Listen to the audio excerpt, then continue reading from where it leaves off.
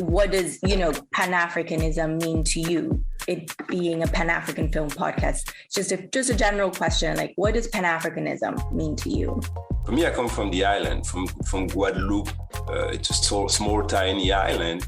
And the notion of being Black it's so different. It's something that no one really understands here unless they've been to the country and see the difference. And so Pan-African, to me, it feels like it's something that can be anything as long as there is a grain of Blackness, meaning original Blackness in it. And however it has evolved over the years in each region, this seed of original African is the only thing that unites it, like an octopus, but the head is the same, but you have all those tentacles everywhere. Wow. Yeah, the octopus is a great symbol. I think I'm going to change my background. The octopus coming at you, the Pan-African octopus.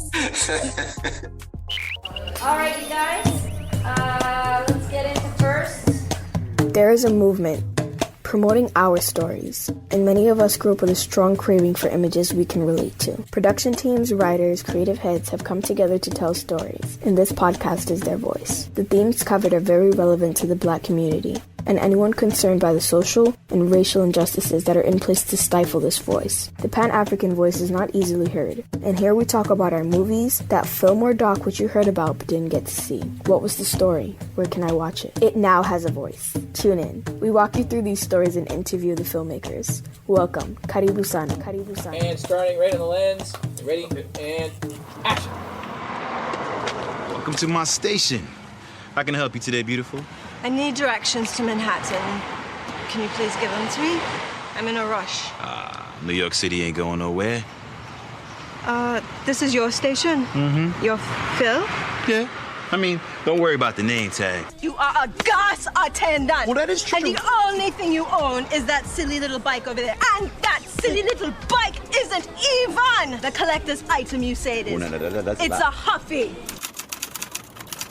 Okay, so this is Tony Dunoyer. He's executive producer of the film we're going to be discussing today, which is a feature film, a rom-com / drama called Premium. So I'll just recap very briefly, because obviously we want everyone to watch the film, but really briefly, the plot of Premium is focused on Reginald Coolidge, who's the main star of the show, of the film, and his ex-fiancee Charli shows up at his gas station where he's working, but he's actually an aspiring actor. And then he realizes with the encounter that he's still in love with her after all this time apart, and the only catch is she's about to get married. So having said all of that, it covers the themes of romance, struggling artists, and it's also kind of a coming of age story, right? Because Cool is like living at home, working at his stepdad's gas station to kind of get by. And it seems that may be an issue, for like why they fell apart, because she's marrying, a well-to-do lawyer, right? So I feel like there's that kind of coming of age undertone to it as well. But I'd like to, introduce you, Tony, and welcome you to the Pan-African Film podcast episode, and tell us more about, when this was made back in 2006, why you chose the story and how the idea came about. Thank you for giving us a summary of it without giving away too many spoilers. So that's mainly the A line. And the B line is something that is very relevant to what we have been experiencing with Black cinema in the last 3-4 years, is in fact Reggie, I would say, his nickname. He's a struggling actor, but he makes a point of not taking any, not auditioning for any of the stereotypical Black roles. So that's why he's even more of a struggling actor. He really wants to succeed in actual roles. So yeah, it's a compromise that he's helping his stepdad at the station. But the thing about him is like a precursor of the time. where Black cinema has a place more than the stereotypical type of role. So that's the beeline that floats all along that story. So it's not a spoiler, but yes, it's an important aspect of that film. So yes, that's to extend the summary. Yeah, I didn't want to give too much away, but I don't know what you thought about it, Naz, but that was very obvious, like from the opening scene, like he's being chased, and you think, the stereotypical notions of like what an aspiring Black male actor's life should be are constantly present, right? As a reminder throughout the film. Did that hit home for you, Naz? Yeah, in many ways, it could relate to a couple of the struggling artists because, we've been down that line. I think that came out really well throughout the film without, again, spoiling too much or saying too much about it. But I think it was a great story. And just like you said, has that coming of age element thing. I felt the same way as well watching it.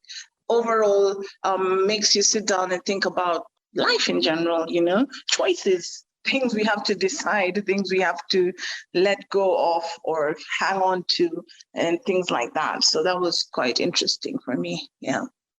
And Tony, tell us which part of like the whole production process, because it was quite a few years ago now, but which part of it was most exciting for you personally? The pre-production actually was very exciting. It's the whole thing about filmmaking is managing the level of uncertainties that you're facing. And as you progress, you add more and more talent, more and more professionals, and the level of certainties or uncertainties is supposed to go down as you add more professionals. And this moment where, it's an inflection point where you feel like you have schedule and good vision of what is supposed to happen. And then as you add more people to the project, suddenly it takes a shape, it takes a direction that you feel like, I didn't expect that. But in fact, you feel like you need to rely on the professionals as they come. And then in the end, you put a lot of thought prior to that to prepare the road, and then each one brings their own craft and their own talent and make it a solid endeavor. And there is a moment where you feel, okay, we have a film, and the same feeling I had. I watched it recently when you asked me where I could find the link online. So I just wanted to check that the link was working, and then I stayed into it, right? And there is this thing, you have good actors and great actors, right? And there is this moment in the film where, at the beginning, it feels like a student film with all these cuts, even though that was intentional to show how Reggie was dealing with his auditions and whatnot. And there is a moment where Zoe enters the film. And I think it's about, it's a bit of a spoiler, but I think it's about 5 minutes in or something like that. And then suddenly you have this impression that we are in a different film now. Now the film is starting. And so the pre-production was exactly the same feeling where you prepare, and then gradually as you get the different talent in, suddenly you have a different shape of an animal. And you're either proud or you feel like either or. It feels like you go through this inflection point, and it's very thrilling. Yeah, it's minute 11:46. I timed it. I was like, I was going to intercut it into the podcast anyway. It's classic. Like she drives up, and you're right. I think it is the making of a really great actor. Obviously, Baby, we are closed. Damn. That's the last tick on the clock. Charli. Reggie? What are you doing? What are you doing here? Do you work here? Say what? Do you work here? Here? Yeah. Well, technically, not really. I'm still acting, just paying off some bills. Just doing this as a favor to my man, part-time. That's all. Uniform and all? Yeah. Wow. He likes everything to be official. Image is everything, Fill me up, please, unleaded. enjoy this now, lady, because not every day that a woman gets her gas pumped by such talented hands. I was going to save, this question for later, but, she brings the show home to me, like from that moment when she drives in to the gas station. There's that look, like certain things that are only, like you said, they're not on the script, and it's the artist, it's the actor that just delivers. It was impressive. And yeah, the question I had was, how does it feel now, years later, to see the careers of so many of the cast, not just Zoe Saldana, but in particular her, launch so far after your project, because this predates like a lot of her genius, bigger projects that she followed, which gave her a much bigger audience. Yeah, I have a story about that, but I don't know if you... Go ahead. This is the place for stories. This is our story. You had questions about it coming, so we're going to reshuffle all your agenda. We're going to reshuffle the agenda. So the story about Zoe, I take credit a little bit for it, but in fact, it's a common effort. But we got her. It's a bit of a piece of luck, but also good, let's say, forward thinking and hopeful thinking. What happened is, out of bad luck, we had Kerry Washington locked in for that film, for that role. And Kerry is a friend of Pete Chatmon. They were at NYU together. He knew her. She was actually the lead for the short film that was, let's say, a preview of that longer feature. It's called 3D. So they had a deal, Pete and Kerry, where she would be the lead for that film. But because she was already getting big jobs, and she was scheduled to film Fantastic Four. And we had a date, let's make it up. Let's say February 14 was when she was scheduled to start filming. And so we had a little bit of a delay in gathering all the professionals, getting all the money up. So we missed that window.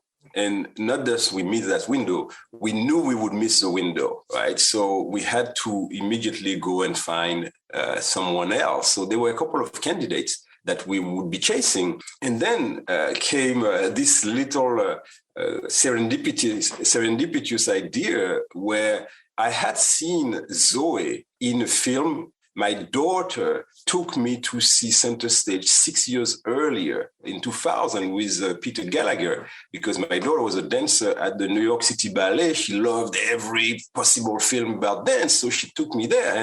And I saw Zoe in there, but I was not even a filmmaker. It was not even in my wildest dream to be a filmmaker in 2000.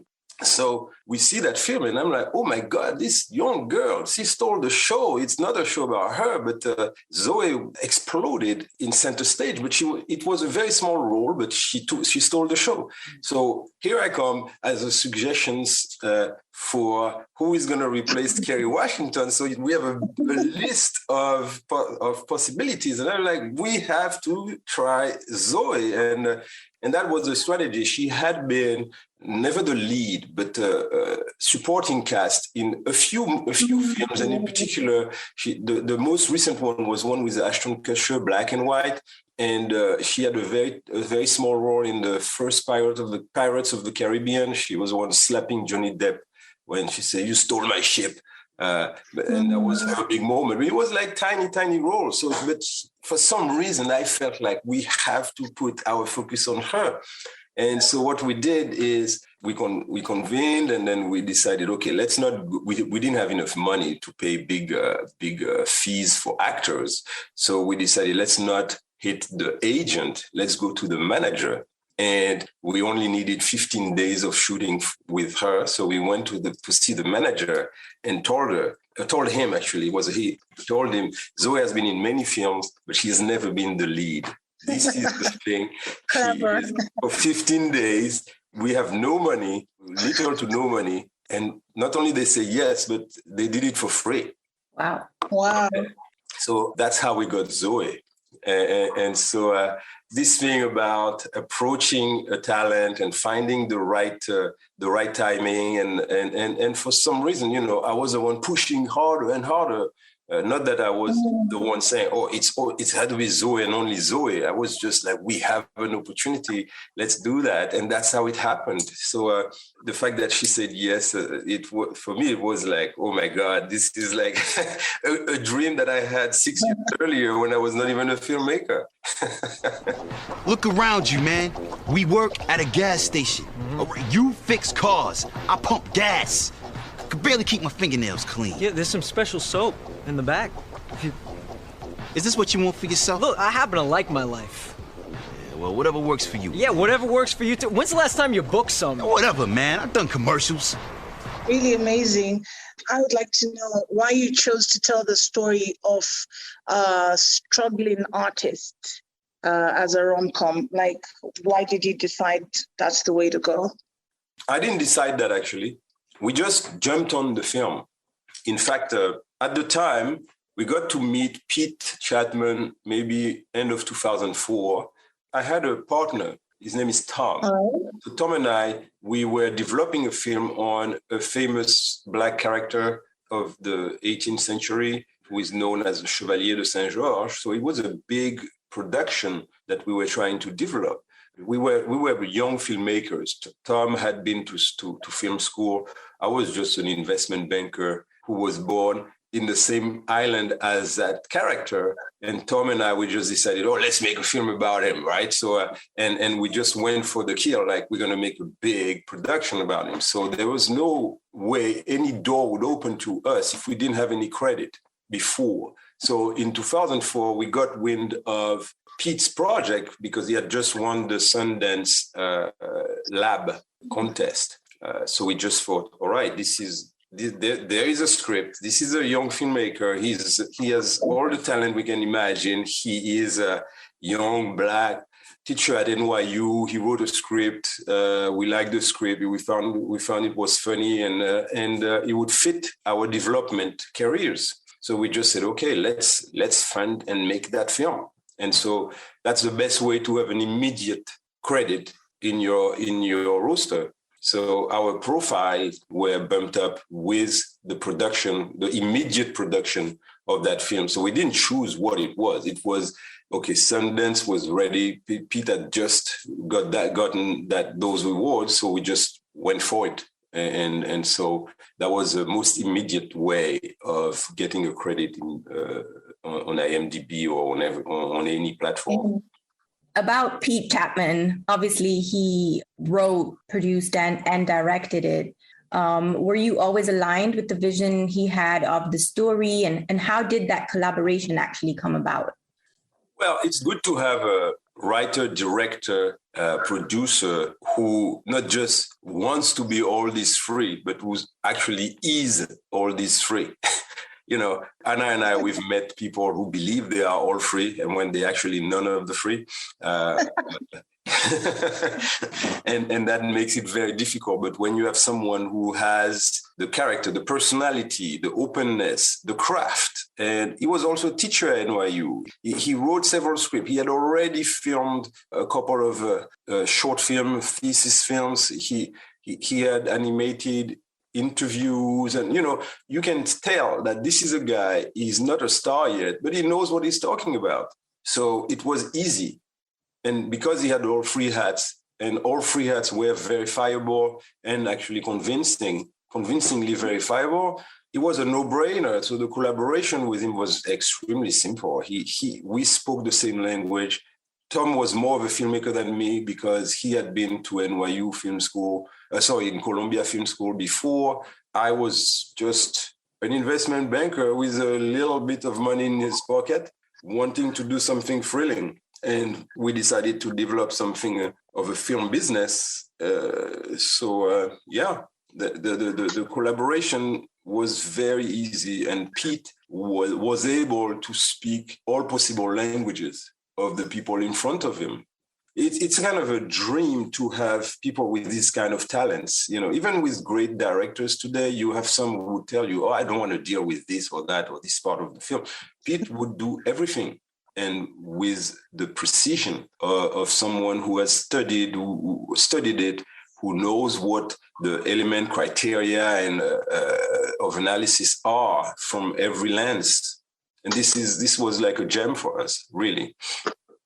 And like I said, it's not easy. It's not because you put next to your name those letters, actor, director, producer, or writer, that you are any of those names. It's not an easy thing. Hey, Renee. What's up, baby? Give me a kiss. Do your toe. No, don't hey me. What? I thought you owned this place. Well, I do. I do. I found out from Keisha that you just pumped the gas. And in the story, you address like some heavier themes on Black stereotypes. Do you think that they're still relevant today? And if so, how?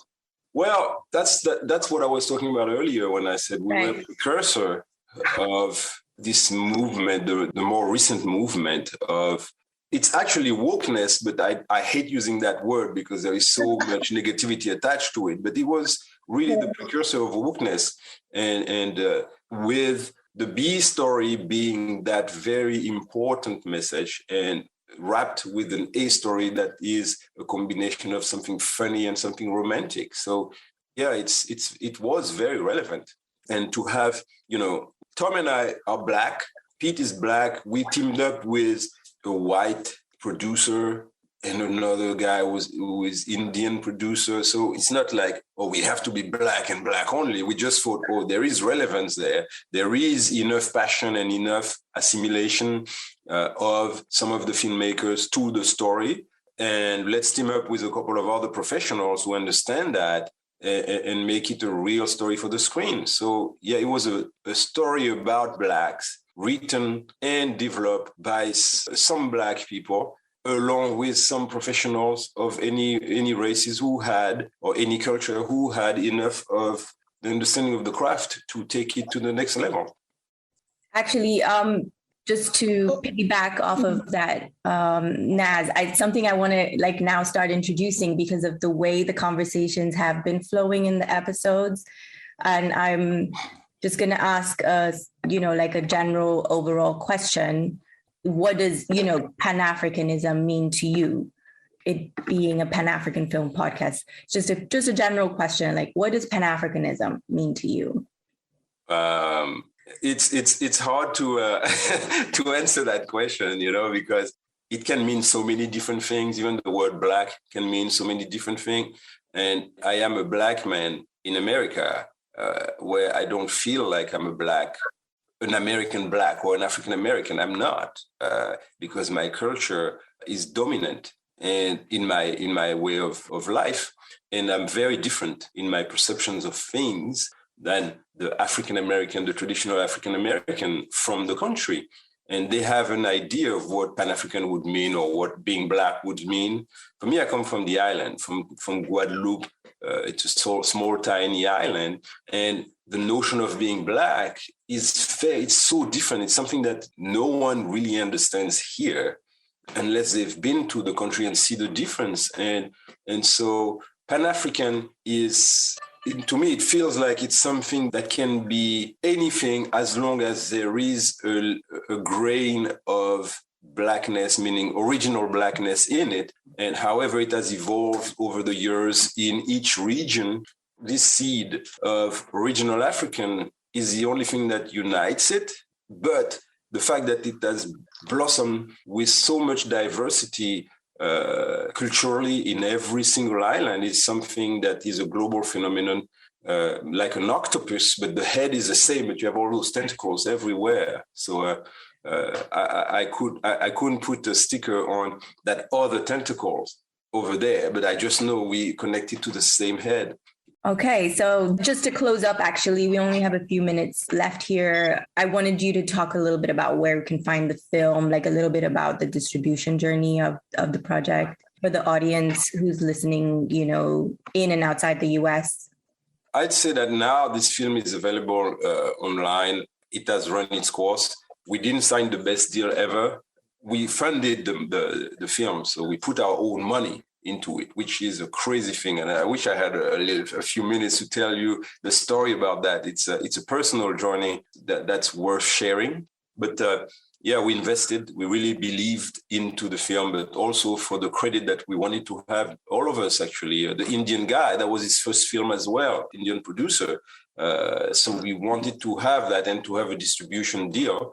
So we signed a deal. That was, let's say, not the best way. We signed with, at the time, Code Black was had a deal with Universal. I forgot exactly what type of deal they had, but we ended up barely breaking even on this because there was a point where the way we signed it, we ended up getting hit by all the residuals to the actors and whenever the film was being viewed. And we were still paying where we were waiting for the net profit to show up on the other leg. So we could see the costs coming, and the revenues in the end were not showing up or were taking time to show up. So we decided to liquidate the film company and stop the bleeding because it was eating out of whatever money we had been making at the beginning when we signed that deal. So it's something that I kind of learned about those distribution deals, all these hidden things that it was not a great contract. Actually, it was a bad contract. And I know the distributor made enough money and they were better off on that and we were not. So lots of lessons there. Thanks for sharing on all the little experiences along the way of the journey. And everyone check out Premium the Film online. And I just want to thank you for sharing. I mean, for me, the key takeaways is like guts and timing, right? Go with your feelings. And obviously the timing, like look for opportunities. Like every obstacle is not necessarily like meant for the downfall of your No, it's true. And sometimes you feel lucky, but you get the luck to come to you when you work hard and keep looking. And that's what we did. As a group, everybody had ideas. We were pushing, and in the end, we got the luck of getting Zoe, but it was also well thought. So it's a combination of all that and the effort, the wits, and that opened the field for luck to come to you. Yeah, it's definitely something worth checking out. Thanks again. I'm so glad we made it work with all the different time zones. Nazizi, all the way from Baby. Thank you. And Tony out here in the US. Thanks again. All right. Thank you. And another one. Thanks again for tuning in to another episode of the Pan-African Film Podcast. We are now on Spotify and Instagram. Just search Pan-African Film Podcast to follow and like us there. Our new platform is 360 Africa. That's 360 Africa. And we want to thank our Kenyan Vibe partners. Shout out to the KV squad. Last but not least, we thank our editor Ace. Please send us your feedback, like, follow, and comment.